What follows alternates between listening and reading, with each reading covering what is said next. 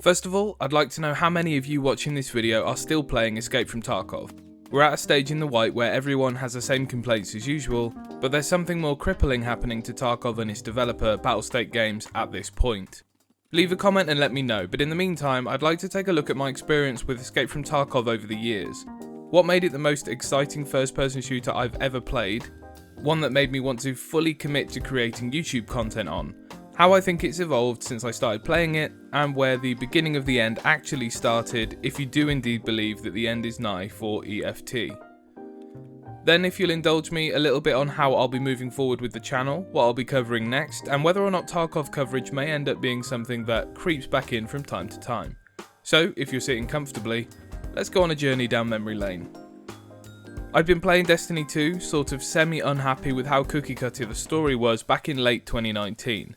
I was looking for something fresh, and someone on a podcast I listened to mentioned they'd been playing Escape from Tarkov.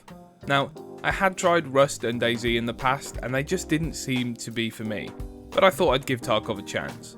I bought the standard edition for around £40, and within a week I'd upgraded to the Edge of Darkness edition for roughly 120 spent in total.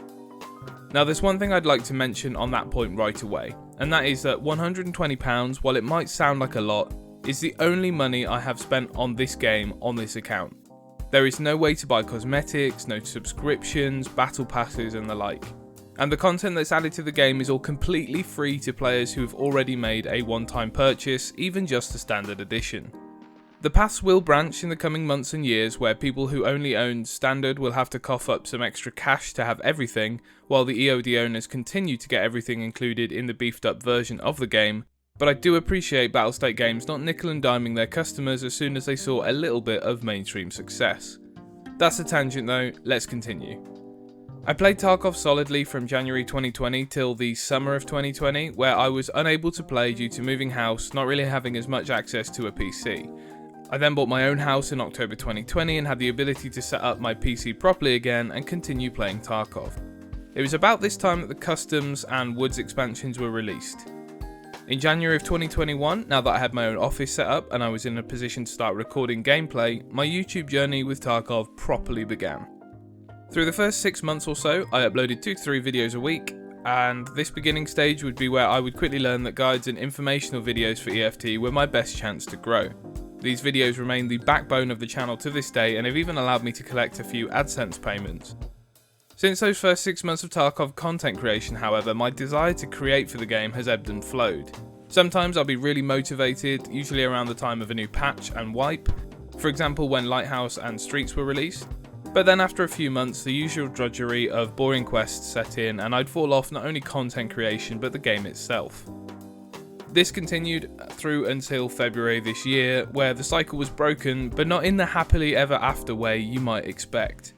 No, I was already on the warpath about just how cruddy the quests were and how they were killing my motivation for the game, when the cheating problem began to seep back in and become something I just couldn't stand anymore.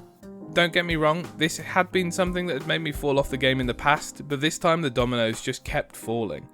Firstly, as I mentioned, there were my regular gripes with the game. The cheaters became a bigger problem than I'd seen in a while. Shortly after this, Goat's video was released, which all but confirmed what I had expected. It was at this point I created the previous video on the channel asking whether Battlestate Games even cared that Escape from Tarkov was dying. Little did I know that we were only halfway through the biggest issues in this downturn. After I released that video, BSG went on the offensive and made RMT changes which had massive ripple effects, and even saw some players and streamers with undeniable proof of their innocence getting wrongly banned. In doing damage control, Battlestate had made the issue worse. And one of the final nails in the coffin for me was when the Tarkov launcher got hacked. This was a big deal for me as someone who works in IT and has experienced attempted cyber attacks and knows the damage that they can cause.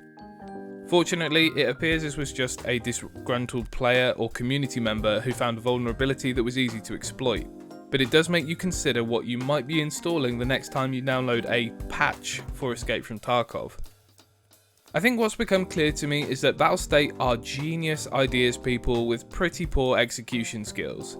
As much as planned and soon are memes in the Tarkov community, I think the BSG are suffering from their own success, and while they really want to make this game the best it could be for players, The feature creep that appears to have been happening over the last few years or so is clear to see, and Tarkov's foundations were clearly not built to support what this game has become.